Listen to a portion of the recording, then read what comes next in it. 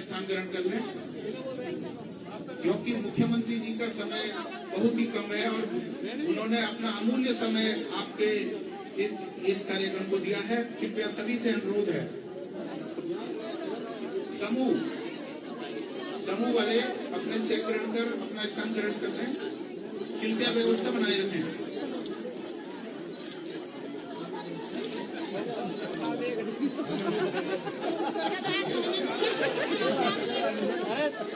सभी महिलाएं अपना चेक ग्रहण कर अपने स्थान पर चले जाएं, कृपया।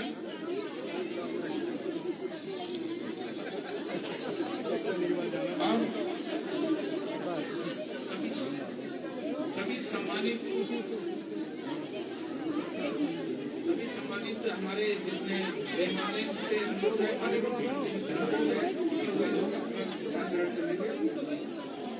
महिलाओं से अनुरोध है कि कृपया माननीय मुख्यमंत्री जी का अमूल्य समय उन्होंने दिया है तो उसी को आप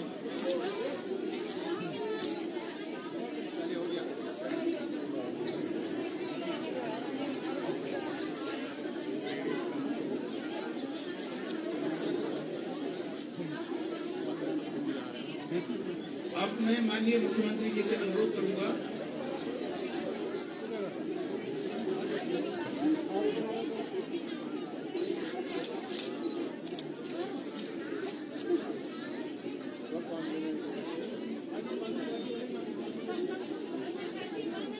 सभी लोग अपना स्थान ग्रहण कर लें। कृपया सभी लोग अपना स्थान ग्रहण कर लें। अब मैं इस क्षेत्र के कर्मठ विधायक एवं पूर्व मुख्यमंत्री माननीय त्रिवेंद्र सिंह रावत जी से अनुरोध करूंगा कि वे 2 शब्दों में अपना संबोधन इस कार्यक्रम को देने का कष्ट करेंगे। माननीय विधायक श्री त्रिवेंद्र सिंह रावत जी एवं पूर्व मुख्यमंत्री उत्तराखंड सरकार। इधर देखिए।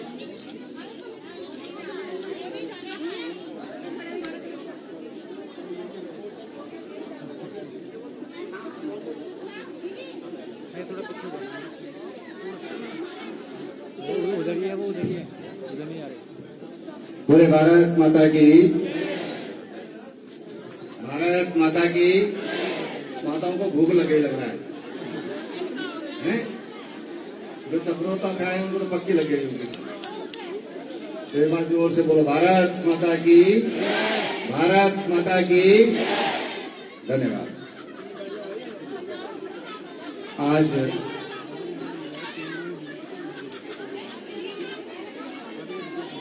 बस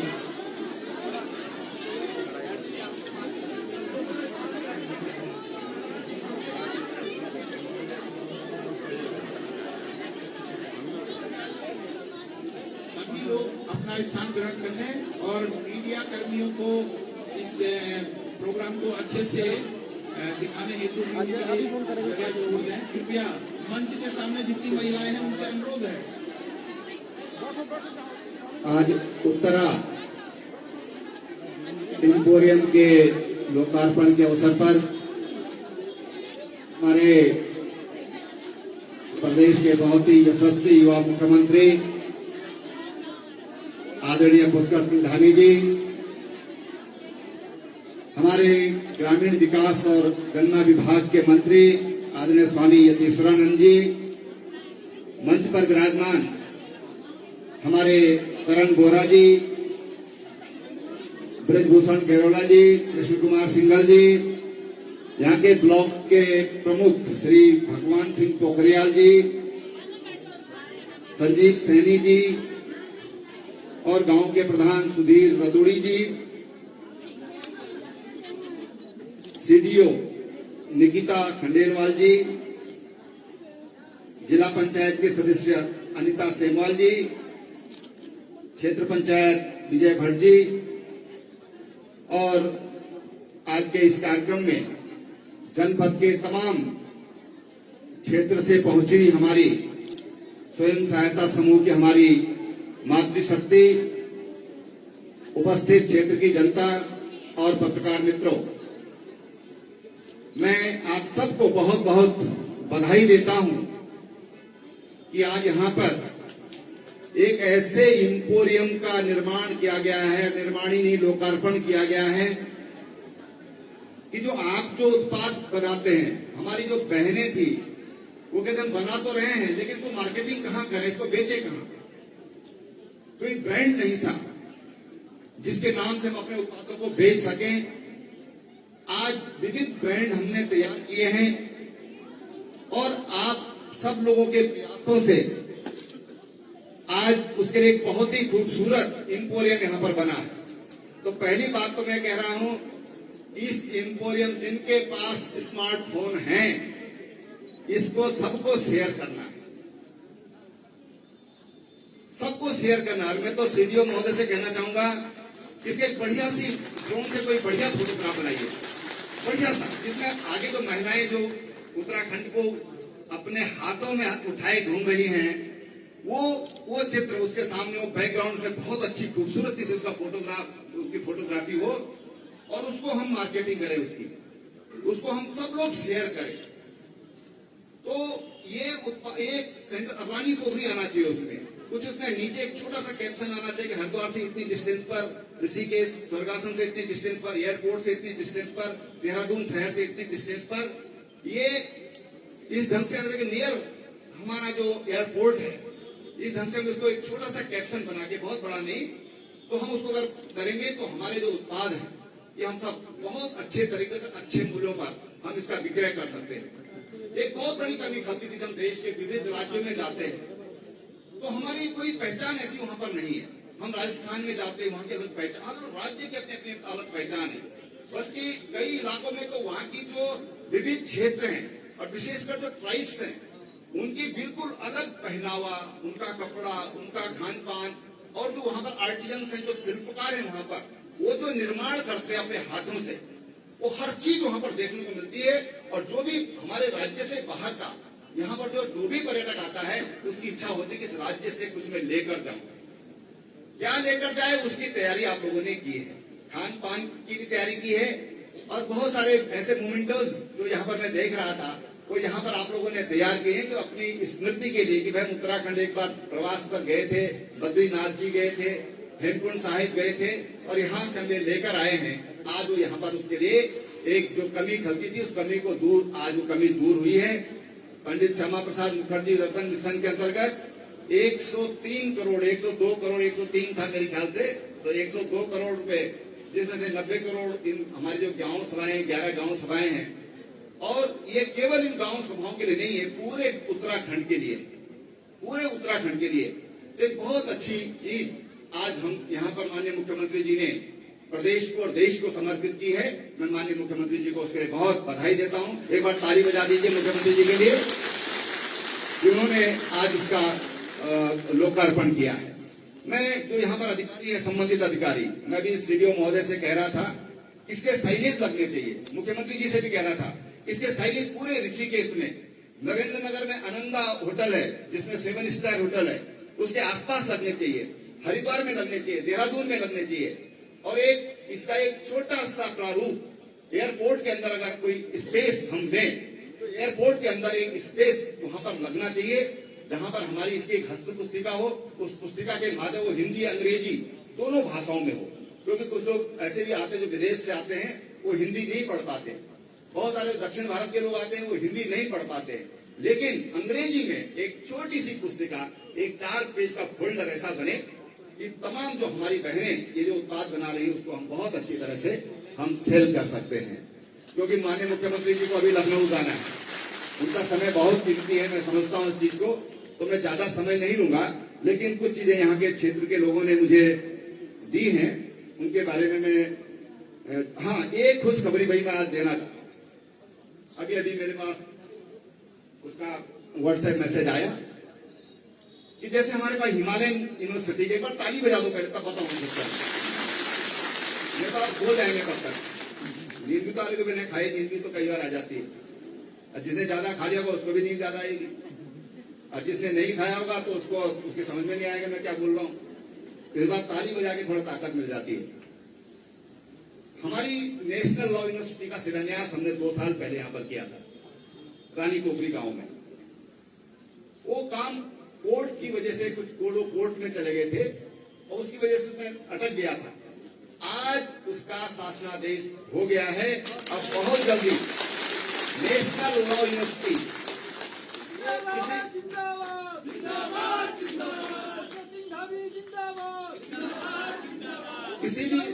किसी भी राज्य के लिए एक बड़ा प्राइड का विषय होता है कि जब ऐसे संस्थान यहाँ पर खुलते हैं।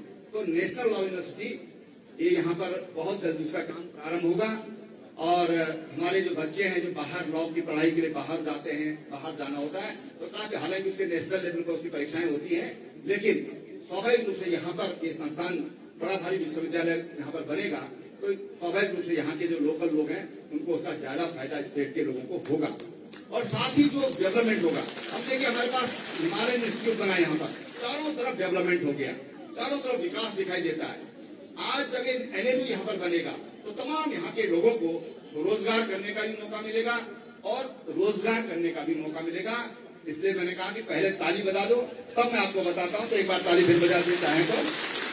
कुछ यहाँ के मुख्यमंत्री जी यहाँ की कुछ लोगों की कुछ डिमांड है। एक तो यहाँ पर डांडी गांव सभा में झील वाला नहर है, इसका एस्टिमेट सब आगरण तैयार है। बहुत बुरी स्थिति में पिछली बार आया था जब हम मुख्यमंत्री था, तब तो मैं घूम नहीं पाता था। मैं भी पूरे प्रदेश में, क्योंकि बड़ी जिम्मेदारी होती है, घूमना होता है। अभी मैं एक दिन वहां पर गया था तो बहुत स्थिति खराब है और इसका 4 करोड़ का इसका बजट है। तो इसका भूमिगतकरण भी है नहर का और सड़क का पुनर्निर्माण भी है।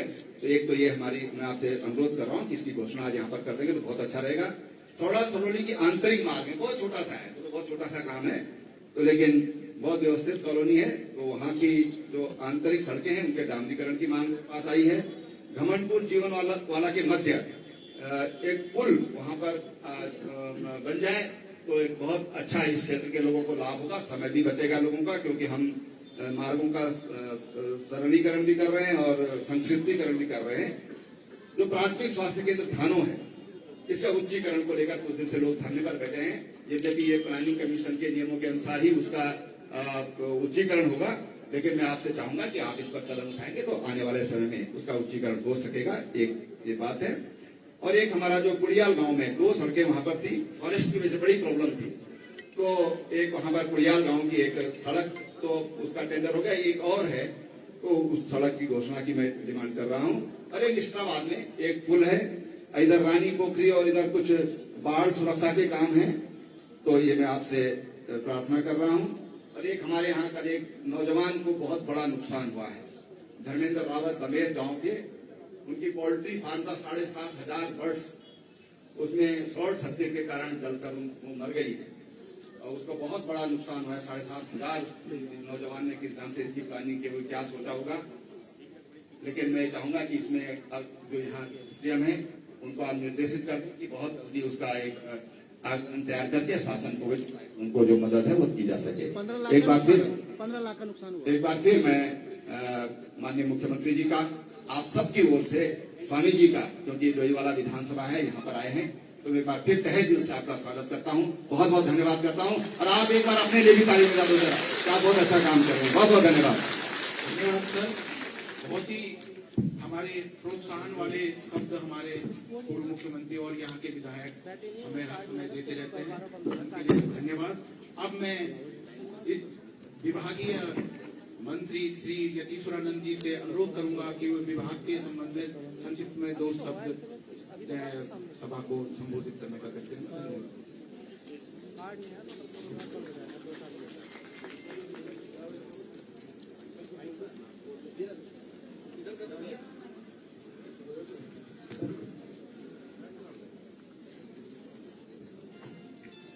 भारत माता की, भारत माता की, गौ माता की, भारतीय जनता पार्टी, माननीय नरेंद्र मोदी जी, माननीय पुष्कर सिंह धामी जी, माननीय त्रिवेंद्र सिंह रावत जी, रानी पोखरी के इस पवित्र भूमि में उत्तरा स्टेट इंपोरियम लोकार्पण कार्यक्रम के मुख्य अतिथि, मुख्य वक्ता, युवा प्रदेश के युवा मुख्यमंत्री श्री पुष्कर सिंह धामी जी, आज के इस कार्यक्रम में उपस्थित जिनको आपने भी सुना है, इस प्रदेश के पूर्व मुख्यमंत्री, भारतीय जनता पार्टी के वरिष्ठ नेता माननीय त्रिवेंद्र सिंह रावत जी, पूर्व राज्य मंत्री भाई कर्ण बोरा जी, भाई गरौला जी, भाई संजीव सैनी जी, मुख्य विकास अधिकारी देहरादून बहन खड़ेलवाल जी, मंच पर सभी सम्मानित जनप्रतिनिधिगण, मेरे सामने बैठे हुए हमारे पूजा और सम्मान के हमारी माताएं, बहनें, नौजवान साथियों, पत्रकार मित्रों, माननीय मोदी जी का और माननीय मुख्यमंत्री जी का यह लगातार प्रयास है कि जो भी हमारी माताएं, बहनें समूह से जुड़ी हुई है, चाहे वो क्लस्टर के रूप में हो, चाहे ग्राम संगठन के रूप में हो, चाहे समूह के रूप में हो, इनको मजबूत किया जाए, इनको ताकत दी जाए और गांव में ही पूंजी का निर्माण किया जाए। ऐसा माननीय प्रधानमंत्री और माननीय मुख्यमंत्री जी की सोच है। और उसके साथ साथ जो भी हमारे ये समूह, क्लस्टर और ग्राम संगठन उत्पाद करते हैं, वस्तुओं का निर्माण करते हैं, इसको ज्यादा से ज्यादा व्यापार कैसे मिले, इनके द्वारा बनाए गए जो हमारे प्रोडक्ट हैं उनको बाजार कैसे प्रदान किया जाए।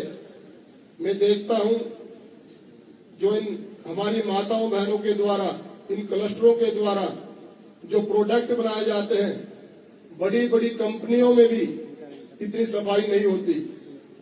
बड़ी बड़ी जो कंपनियां देश और दुनिया में प्रसिद्ध कंपनियां हैं, वो भी इस प्रकार के इतने सुंदर प्रोडक्ट नहीं बनाती।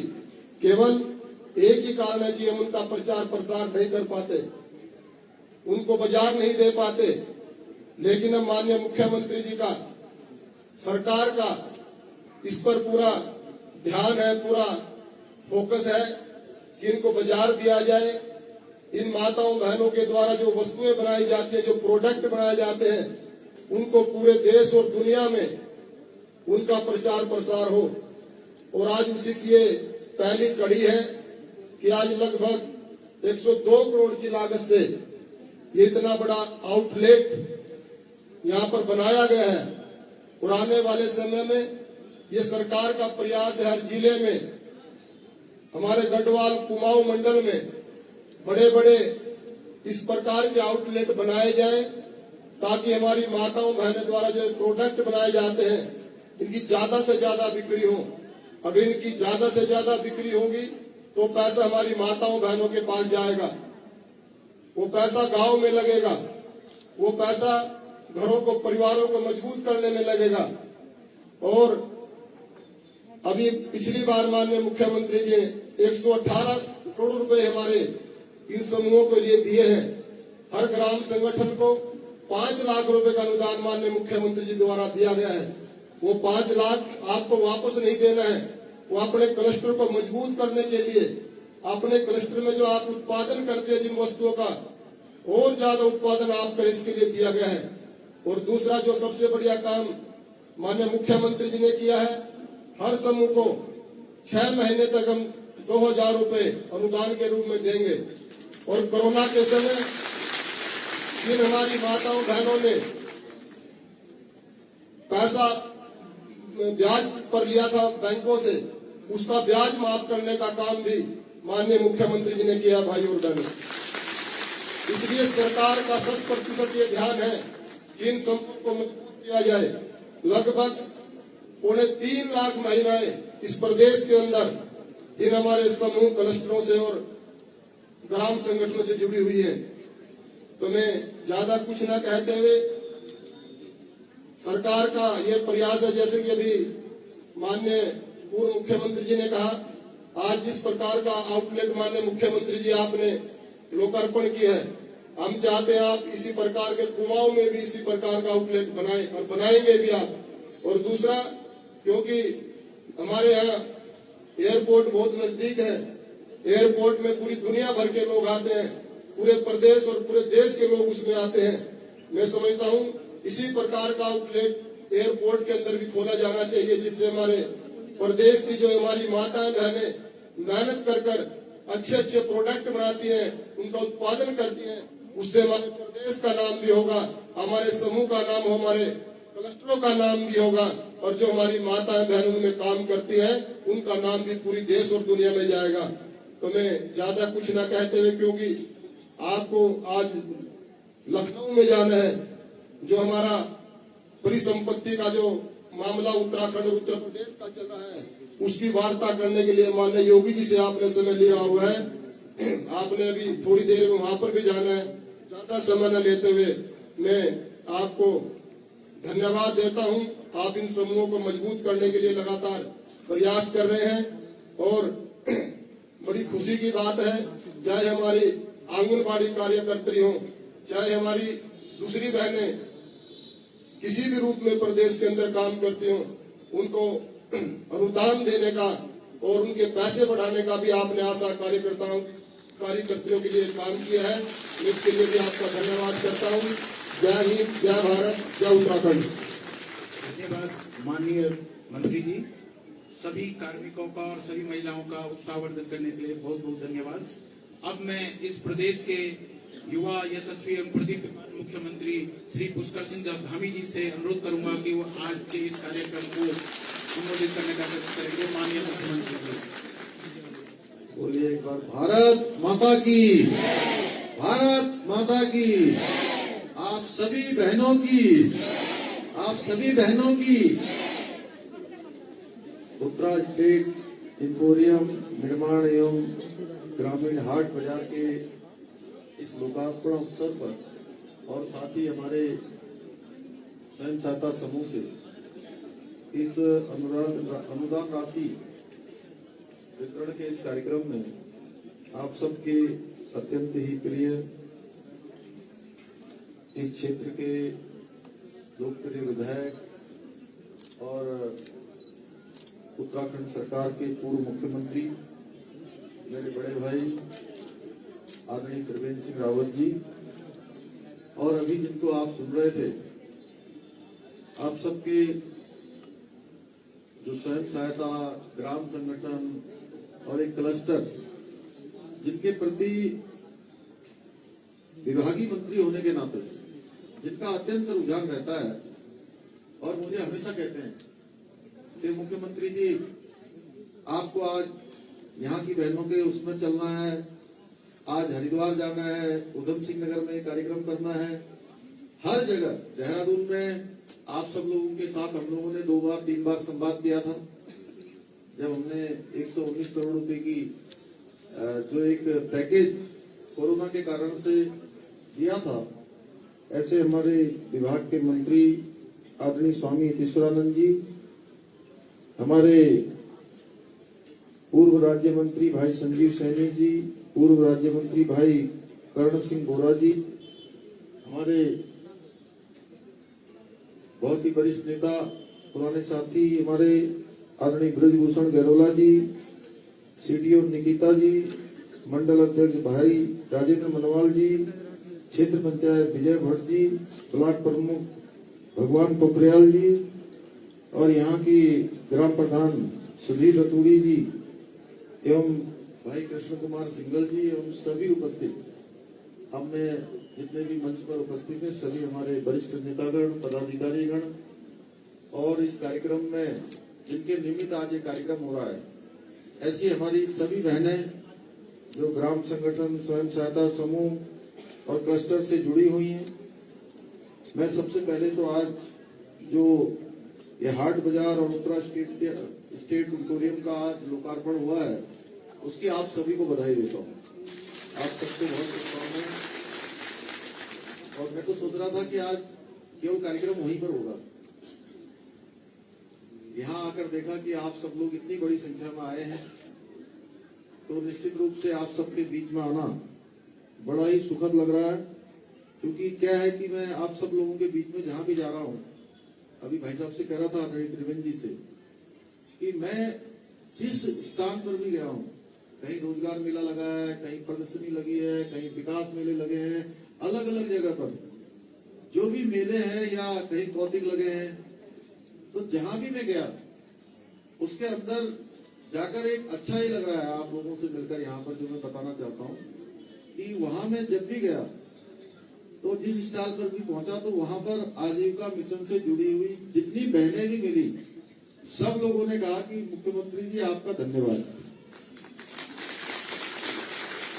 अब हमने पैकेज तो पर्यटन के क्षेत्र में, परिवहन के क्षेत्र में, सांस्कृतिक क्षेत्र में काम करने वाले, स्वास्थ्य के क्षेत्र में काम करने वाले, राजस्व विभाग के अंतर्गत काम करने वाले, पुलिस विभाग में काम करने वाले, सभी को पैकेज दिया।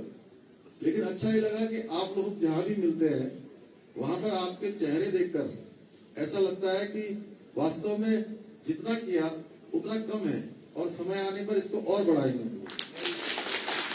अभी कुछ जगह पर नए जो स्वयं सहायता समूह है उनको खोलने की बात हुई है, उनका नया रजिस्ट्रेशन करने की बात हुई है। मैं सितारगंज में गया था तो हमने कहा कि जितने भी स्वयं सहायता समूह और बनाने की आवश्यकता है उसको हम लोग कोशिश करेंगे कि वो सब बनाए जाए।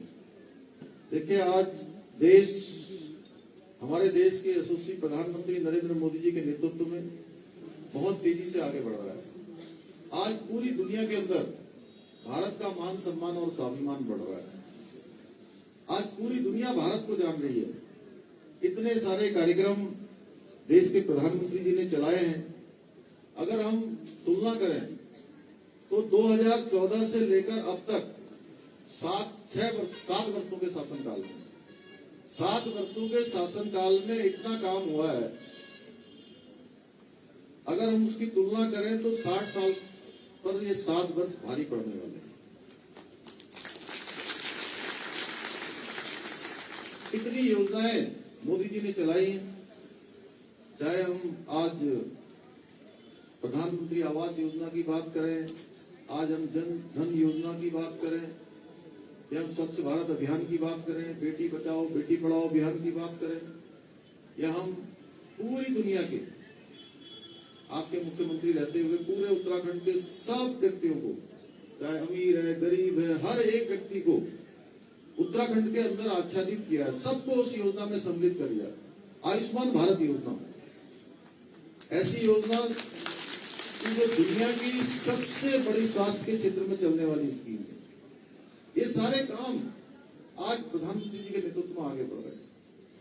आज पूरी दुनिया भारत का लोहा मान रही है।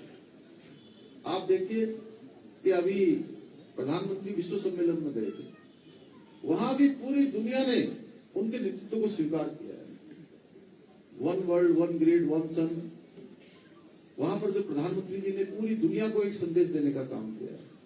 अभी अफगानिस्तान के अंदर हमारे देश के बहुत सारे लोग, वहां के जो तालिबानी घटना हुई थी उसके बाद वहां फंस गए थे, और एक एक भारतवासी को हिंदुस्तान लाने का काम नरेंद्र मोदी जी की सरकार ने किया।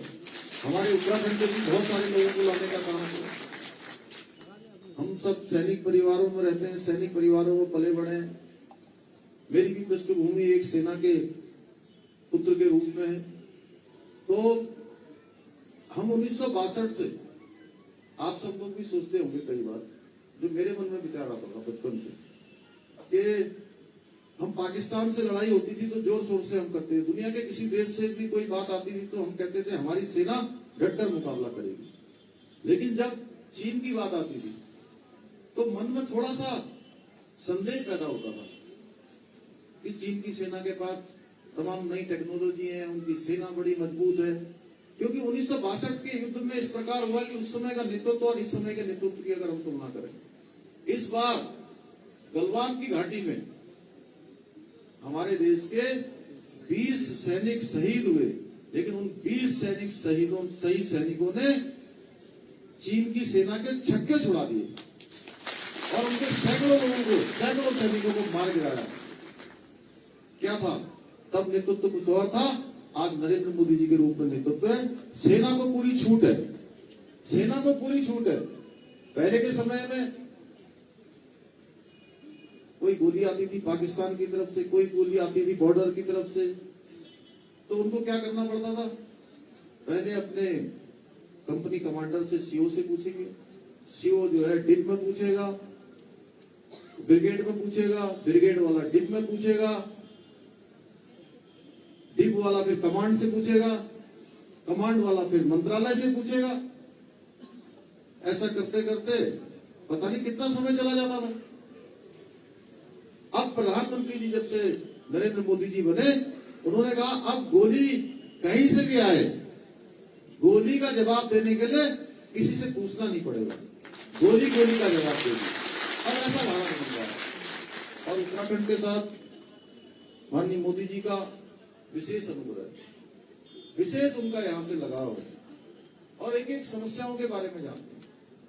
मैं जब उनसे भेंट करने गया था तो एक एक उत्तराखंड के चप्पे चप्पे के बारे में इतनी जानकारी है कि वहां की माताओं बहनों का जीवन कैसा है, हमारी राष्ट्रीय आजीविका ग्रामीण मिशन से जुड़ी हुई बहनें क्या कर रही हैं, कोरोना महामारी के समय में सभी को जो योजना चलाई है गरीब कल्याण अन्न योजना, उसका राशन मिला कि नहीं मिला, किसी को परेशानी तो नहीं हुई, कोरोना के टीके सबको लग गए कि नहीं लग गए, कितने लोग जागरूक हैं, आपने देखा होगा। वो जब भी कोई भी कार्यक्रम करते हैं, मन की बात करें या कोई कृषि से संबंधित बात करें या कोई वैक्सीन से संबंधित कोई बात करें, तो उत्तराखंड का एपिसोड जरूर होता है, उत्तराखंड का एपिसोड जरूर होता है। अभी उन्होंने जो मन की बात में पूनम नौटियाल बागेश्वर जिले की, उनसे बात करी, कृषि का जिस दिन कृषि किसान सम्मान निधि बांटने की बात थी तो हमारे यहाँ का टेहरी का एक नौयुवक उन्याम, उससे बात करी। कोई ऐसा कार्यक्रम नहीं होता है जिसमें प्रधानमंत्री जी उत्तराखंड की बात करें। उनके नेतृत्व में बहुत तेजी से आगे बढ़ रहा है। आप देखिए यहाँ से अभी आपकी जो सड़क है ये डोईवाला से ऋषिकेश, ये पूरी एलिवेटेड होने वाली है, इसकी स्वीकृति मिल गई है। आदरणीय त्रिवेंद्र सिंह रावत जी मुख्यमंत्री थे, आपने इसका प्रस्ताव भेजा था और उसकी स्वीकृति मिल गई है। डोईवाला की जो रेलवे लाइन है वो डबल हो रही, सूर्य से ऋषिकेश जोड़ने की बात हो रही है। आज चले जाएंगे, 4 धाम की ऑल वेदर रोडें बन रही है, इतनी रोडें बन रही है चारों तरफ, 4 धाम में जाना इतना आसान हो जाएगा आने वाले समय में। भी बन गई है, काफी कुछ बन गई है, बन रही है। आप देखिए यहाँ से हरिद्वार आप लोग जा रहे हैं, कितना आसान है हरिद्वार जाना, कितना आसान है देहरादून जाना। आने वाले समय में दिल्ली जाना भी आसान है, देहरादून से दिल्ली मात्र 2 घंटे में सफर पूरा हो जाएगा, मात्र 2 घंटे में। किसी ने सपने में भी नहीं सोचा होगा कि पहाड़ में ट्रेन चली जाएगी। हमारे वहां बहुत सारे बच्चे हैं, अभी भी बहुत सारे बच्चे ऐसे होंगे, उन्होंने टेलीविजन पर तो ट्रेन देख ली होगी, लेकिन वो सामने आके प्रत्यक्ष रूप से अभी तक उन्होंने रेल नहीं देखी होगी। अभी 2 साल पहले की बात बता रहा हूं मैं आपको। एक बार भाई साहब वो वहां से देवाल से घेस गांव के कुछ बच्चे आए थे, तो वो आए, वो देहरादून में ही था मैं उस दिन। तो मैंने देखा कि 12-13 बच्चे हैं, तो इन बच्चों को कहां ले जाया जा रहा है? तो उनको बोले कि हम इन बच्चों को सबको ट्रेन दिखाने के लिए लाए हैं। कहां से? घेस से। चमोली जिले में एक गांव है घेस, देवाल ब्लॉक का। तो कितने बच्चों ने अभी ट्रेन नहीं देखी है? कितनी हमारी बूढ़ी माताएं बहनें होंगी जिन्होंने अपने जीवन में कभी ट्रेन नहीं देखी होगी। और ये ट्रेन पहाड़ में ले जाना जो एक सपना था, वो सपना भी मोदी जी के नेतृत्व में साकार हो रहा है। ऐसे कर्णप्रयाग रेल लाइन जा रही है। आपका ये एयरपोर्ट यहां पर देखिए, ये एयरपोर्ट पहले 250 लोगों की कैपेसिटी का था, अब ये 1600 लोगों की कैपेसिटी का हो गया। 1600 लोग, और आने वाले समय में आपका ये एयरपोर्ट अंतर्राष्ट्रीय एयरपोर्ट बनने वाला है। अंतर्राष्ट्रीय उड़ानें यहां से होंगी। टेहरी के लिए अभी हम लोगों ने यहां टनल प्रपोज की है कि आपका देहरादून से टेहरी जाने के लिए 8,000 करोड़ रुपए की योजना है, और हमने वो दिया है ऊपर, उसकी डीपीआर बनाने की हमको स्वीकृति मिल गई है। 5 करोड़ रुपए की धनराशि भी उसके लिए आ गई है। हर क्षेत्र में काम हो रहा है। देखिए आपके बगल में एम्स खुल रहा है, अभी आपने बताया कि नेशनल लॉ यूनिवर्सिटी हमारे यहाँ पर खुलने वाली है। कितना बड़ा काम यहाँ पर हो रहा है। ये सब काम कभी हो नहीं सकते थे, भूतो न भविष्य। आपने मुख्यमंत्री रहते हुए बहुत सारे काम किए, केवल बड़ी बड़ी घोषणाएं नहीं करी, बात कम करी, काम ज्यादा करे। जिन योजनाओं की घोषणा करी वो सारी योजनाएं हमारी धरातल पर उतरी हैं और मैंने भी उसी काम को आगे बढ़ाया। हमने कहा जो भी घोषणा करेंगे सबके शासनादेश निकलेंगे। आशा बहनों का अभी मानदेय हमने बढ़ाया है, अभी आंगनबाड़ी बहनों का बढ़ाया है, हमारे सरकारी कर्मचारियों का हमने जो है गोल्डन कार्ड से संबंधित सारी समस्याओं का हल किया है। स्वास्थ्य विभाग में 207 जांचें मुफ्त में करने का निर्णय लिया है। हमारे ग्राम प्रधानों का मानदेय बढ़ाया है। पर्यटन और हमारे परिवहन क्षेत्र में जुड़े हुए जो हमारे यात्रा नहीं चल पाई, पर्यटन 1.5-2 साल का जो समय खराब हो गया उसके कारण से उनको जो है 200 करोड़ रुपए का पैकेज दिया है। आप सब बहनें जो इतना काम करती हैं, कोरोना महामारी में कहीं आपका उत्पाद बना वो बाजार में नहीं जा पाया, आपका सामान खराब हो गया, समूह को जो है हमने 6 महीने का ऋण माफ किया और अगले 6 महीने के लिए उनको जो है विशेष प्रोत्साहन राशि दी। शादी में ब्याज ऋण बिना ब्याज के जो है ऋण देने की व्यवस्था करी।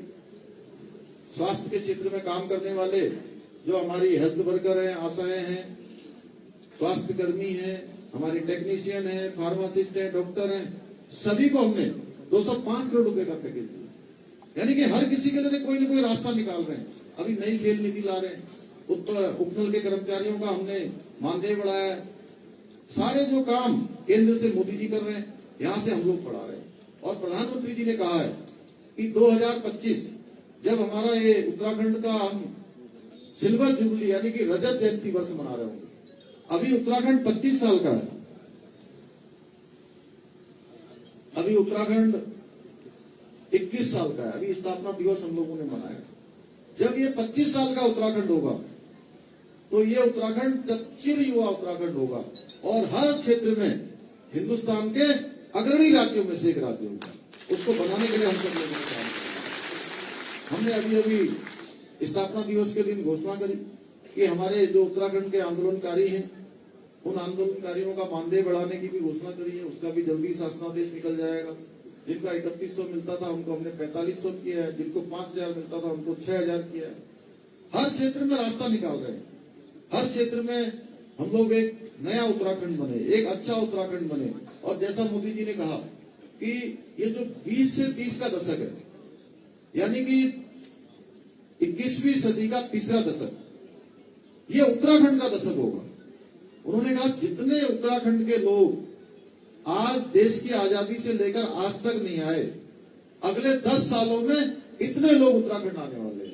यानी कि उत्तराखंड हिंदुस्तान का नंबर 1 राज्य बनने की दिशा में आगे बढ़ेगा। आप देखिए, वैसे कोई राजनीतिक मंच नहीं है, लेकिन इस देश के अंदर ये आजादी के 60 सालों तक लगातार इस देश के अंदर एक पार्टी का शासन रहा है और एक पार्टी के शासन में भी एक परिवार का शासन रहा है।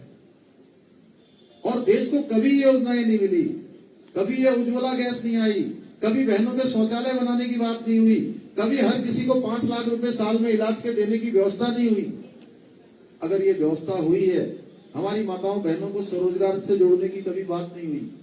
जो गरीब था वो दबकर और गरीब बन गया, दबकर मर गया, मिट गया, लेकिन उसको आगे बढ़ाने का काम नहीं हुआ।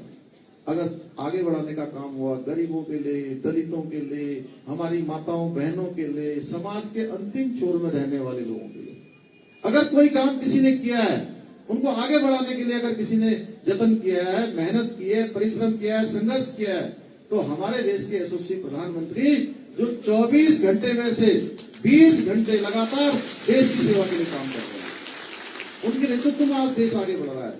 हर क्षेत्र में जाके पूरब से लेकर पश्चिम, उत्तर से लेकर दक्षिण, कश्मीर से लेकर कन्याकुमारी तक, अटक से लेकर कटक तक लगातार देश को आगे बढ़ाने का काम हो रहा है। अब किसी क्षेत्र की अगर मैं बात करूं तो घंटों लग जाएंगे। अभी केदारनाथ जी में आए थे, आप देखिए केदारनाथ जी जो हमारा पूरी दुनिया के लोगों का आस्था का और धर्म का केंद्र है, उसमें 400 करोड़ की योजनाएं चल रही हैं। 225 करोड़ की योजनाओं का काम पूरा हो गया है। अभी शंकराचार्य जी की समाधि लग गई है। इसी प्रकार से बद्रीनाथ में 250 करोड़ की योजना स्वीकृत हो गई है, उसका भी मास्टर प्लान बन रहा है। तो हर क्षेत्र में आगे बढ़ा रहे हैं। उसी उन्हीं के पद चिन्हों पर चलते हुए हम लोग उत्तराखंड को आगे ले जाना चाहते हैं। आप सब बहनों ने कितनी बड़ी संख्या में आई है, आप सबका जो भी जितना हम लोगों से बन पड़ता था, जितना हो सकता है, मैंने कहा हमारे मन में कि और भी करें आपके लिए, जो भी और अच्छा करें। रोजगार के क्षेत्र में अभी हमने जितने हमारी 24,000 भर्तियां खाली हैं, उन सब पदों को भरने की प्रक्रिया कर दी है। आपके बेटों को, आपके भाइयों को इस साल फार्म भरने के लिए कोई पैसे कहीं से न लेने पड़े, उनको अपनी जेब में भी हाथ न डालना पड़े, क्योंकि महामारी में सबकी स्थिति खराब हो गई है। उनको सबको जितनी परीक्षाएं होंगी वो सारी परीक्षाओं को निःशुल्क कर दिया। अब कोई शुल्क नहीं लगेगा।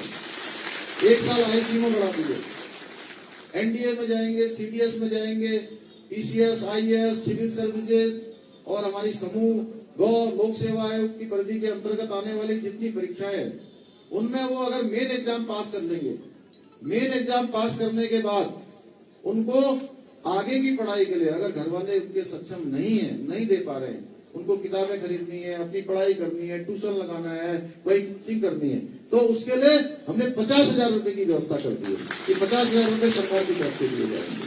तो ऐसे बहुत सारे काम किए हैं और कर रहे हैं हम लोगों के भाव में कि हम उत्तराखंड को आगे बढ़ाना चाहते हैं। हमारे जितनी भाई बहन उत्तराखंड के 1 करोड़ 25 लाख लोग हैं, उन सब के चेहरों में मुस्कान आए। वो सब लोग उत्तराखंड को आगे ले जाने के लिए आगे बढ़े। ये कोई यात्रा है, किसी व्यक्तिगत यात्रा नहीं है। ऐसा नहीं है कि मैं यहाँ से बोल रहा हूँ तो ये पुष्कर सिंह धामी की निजी यात्रा नहीं है, त्रिवेंद्र सिंह रावत जी की निजी यात्रा नहीं है, स्वामी यतीश्वरानंद जी की निजी यात्रा नहीं है। ये यात्रा हमारे सभी भाई बहनों की सामूहिक यात्रा है। ये सामूहिक यात्रा लेकर हम सब आगे बढ़ेंगे। तो आज के अवसर पर मैं आदरणीय बड़े भाई त्रिवेंद्र सिंह रावत जी ने ये कुछ यहाँ की चीजें रखी हैं, उसमें ग्राम सभा डांडी में झील वाला नहर को भूमिगत करते हुए इसका पुनर्निर्माण का कार्य किया जाएगा। मैं इसकी घोषणा करता हूँ। 16 सरोगी में आंतरिक मार्गों का डांडीकरण किया जाएगा। घमंडपुर जीवन वाला के मध्य पुल का निर्माण किया जाएगा। प्राथमिक स्वास्थ्य केंद्र थानों का उच्चीकरण किया जाएगा। ग्राम पंचायत कुडियाल में स्वर्गीय प्रकाश पंत मार्ग से थानों भोगपुर तक 2 किलोमीटर सड़क का निर्माण किया जाएगा। लिस्टाबाद में नलकूप का निर्माण किया जाएगा। और एक बड़ा दुखद ये कि बमेत गांव में धर्मेंद्र रावत जी के पोल्ट्री फार्म में आग लग गई है। एसडीएम ऋषिकेश उसका मुआयना करके तुरंत उसका वो प्रस्तुत करेंगे। और इसी के साथ, क्योंकि बोलना बहुत था, आप सबके बीच में आकर मैं भूल ही गया बोलना क्या है और क्या कहना। मेरे मन में जो आया मैंने वो बोल दिया आपसे। तो आप सभी का बहुत बहुत धन्यवाद। जय हिंद, जय भारत, जय उत्तराखंड। माननीय मुख्यमंत्री जी का बहुत बहुत धन्यवाद कि अपने व्यस्तम कार्यक्रम से सर 1 मिनट और लेके आते हैं, क्योंकि महिलाओं ने एक गिफ्ट हैम्पर आपके लिए भेजा है। मैं मुख्य विकास अधिकारी महोदय से